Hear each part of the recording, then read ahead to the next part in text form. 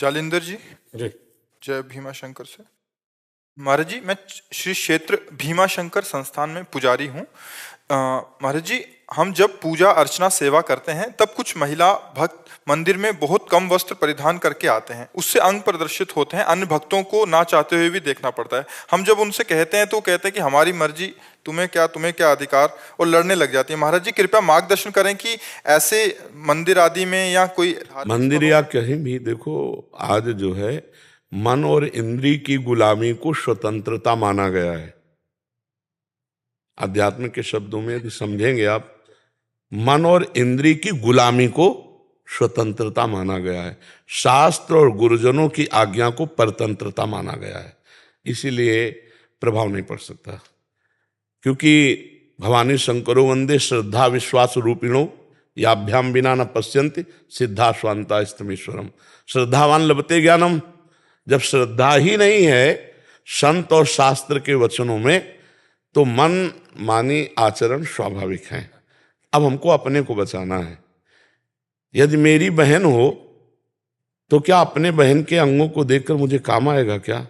मेरी बहन बीमार हो, मेरे ही समान और कोई सेवा करने वाला ना हो, यदि मैं उसे शौचाऊं, यदि उसको वस्त्र पहनाऊं, तो क्या काम आ जाएगा क्या? तो मैं अपनी दृष्टि को पावन करूं। अब समाज को पावन करने की सामर्थ्य भगवान में है, या भगवान जिन संतों की वाणी से करवा दें तो है, नहीं तो असंभव सा है, क्योंकि मनमानी आचरणों का बड़ा मनोरंजन चल रहा है। शास्त्र आज्ञा का पालन करना कहीं रह नहीं गया है। अब हम बार बार उसी प्रसंग को फिर सामने लाते हैं। एक बच्चा कई बच्चियों से बॉयफ्रेंड गर्लफ्रेंड का संबंध रखते हैं, बच्चियां, और ब्रेकअप करते हैं। फिर अगले, फिर इसे क्या कहते हैं हमारी शास्त्रीय भाषा में? व्यभिचार। और व्यभिचारी पुरुष और व्यभिचारी स्त्री को किस भाव से देखा जाता है शास्त्र की दृष्टि में? तो संयम तो खो चुके, पवित्रता खो चुके। अब ये लज्जाहीन, मर्यादाहीन बुद्धि, ये क्या ऐसा वो सदुपयोग अपने शरीर का या अपने जीवन का कर पाएगी? बस वो तो अब उनके विषय में बोलने का मतलब है अपने को गाली खवाना। तो हमें लगता है हमें अपनी दृष्टि ठीक कर लेनी चाहिए, और तेरे भावे जो करे भलो बुरो संसार, नारायण तू बैठ के अपनो भवन उभार। हाँ, तो हमारा शास्त्र और हमारे गुरु जी यही उपदेश करते हैं कि अपने आप को बचा लो।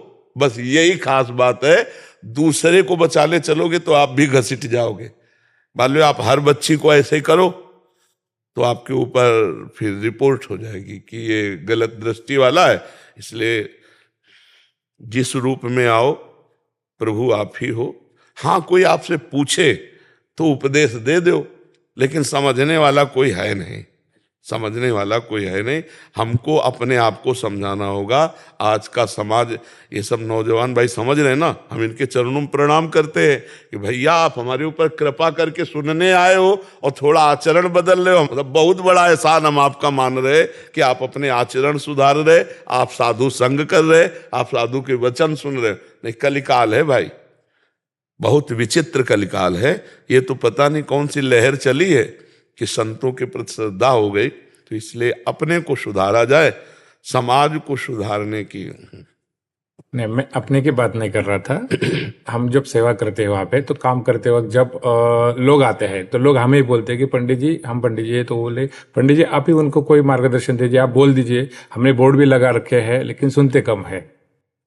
नहीं सुनेंगे, आप कहोगे तो आपके ऊपर वचन और हो सकता है कटुता का व्यवहार हो जाए। नहीं सुनेंगे आप। पहला हमारा उत्तर था, मन और इंद्रियों की गुलामी को स्वतंत्रता समझा जाता है। शास्त्र और संतों की वाणी के अधीन चलना परतंत्रता समझा जाता है। कैसे समझ में आएगी आप बता? तो इस विषय में हमें लगता है कि मौन होना ही उचित रहेगा। कोई प्रश्न करे तो उसका उत्तर दिया जा सकता है कि महाराज जी हम लोग ऐसे वस्त्र पहनते हैं, क्या ठीक है? तो फिर बोल सकते हैं, क्योंकि वो जानना चाहते हैं। और ऐसे आप बोलोगे तो फिर बहुत ही गलत हो जाएगा। बहुत ही गलत शब्द का प्रयोग हो सकता है, बहुत ही गलत शब्द का प्रयोग। हाँ, संसार का बहुत विचित्र स्वरूप है, नहीं प्रयोग हो सकता। वो आपको ही डांट लग सकती है बहुत। हाँ, इसलिए मौन अपने से कोई तब उत्तर देने का प्रणाली भी है ये, उपदेश देने की। जब तक प्रश्न ना करे तब तक उसको उपदेश न दे, नहीं वो उपदेश काम नहीं करेगा। प्रश्न करता दैन्य भाव से, आरत अधिकारी जब पावे गूढ़ो तत्व न साधु दुराए। और इस विषय की व्याख्या हम कर नहीं सकते, क्योंकि जब तक आप नहीं बदलना चाहेंगे, मतलब सामने वाला, तब तक ऐसे केवल फालतू बोलने से नहीं चलेगा। वो सामने सुधरना चाहे तो उसको हो सकता है। और नए बच्चे हैं, ये इतना ही मान लें कि गलत आचरण न करें और नशा न करें, इतना ही मान लें तो हम इनके चरण छूते हैं सब बच्चों के। हमारे भारत के ये भविष्य हैं, ये कोई गंदा व्यसन न करें और ये गंदे आचरणों से बच जाए, नहीं बहुत बड़ी हानि होती है। फिर ब्लैकमेल होने लगते हैं बच्चे, फिर अपने को कंट्रोल में ना करने के कारण वो अपने को मिटा देने की सोचने लगते हैं। नए नए बच्चे कई कारणों से अपने शरीर को त्यागने की बात, तो थोड़ा अध्यात्म सुने, नशा न करें, व्यभिचार प्रवृत्ति से बचें और अपने आप को भारत की सेवा में लगाने योग्य बनावें, समाज की सेवा में लगाने योग्य बनावें। इतना बहुत बड़ा उपकार हो जाएगा। और देखो, जैसे जैसे कलयुग बढ़ेगा तो पापाचरण बढ़ेगा, पापाचरण बढ़ेगा तो कैसे बढ़ेगा, ऐसे बढ़ेगा। मम्मी पापा से बच्चे कैसे बात करते, तुम अपनी देखो यार, हम अपनी देख लेंगे, ऐसे हमने सुना है। मम्मी पापा से कह रहे हैं ऐसे, तो हमारे अपने बाप की नहीं मानते, हमारी बात कैसे मान लेंगे। हमारी मान रहे हैं, यही बात हम प्रणाम करते हैं भैया, बहुत प्रणाम करते हैं। सुबह जब हम आते हैं ना तो हमें लगता है 80% जवान होंगे, सब नौजवान होते हैं 80%। तो देख के हमें आनंद लगता है कि अगर ये सुधरे तो भारत सुधर जाएगा। क्योंकि नौजवान मतलब भूत अवस्था होती है, नौजवान की होती यौवन ज्वर के नहीं बलकावा, इसमें कुछ नहीं यार, अपनी मस्ती से। और ये सुन रहे हैं हाथ जोड़ के, ये खड़े हैं साधु दर्शन के लिए, इसका मतलब श्रद्धा है। इसका मतलब हमारे भारत में अभी संतों और शास्त्रों के प्रति श्रद्धा है। तो जो श्रद्धा करेंगे वो तो सुधर जाएंगे, और जो श्रद्धा नहीं करेंगे तो मनमानी आचरण को सुधारना बड़ा कठिन है, बड़ा कठिन है जी।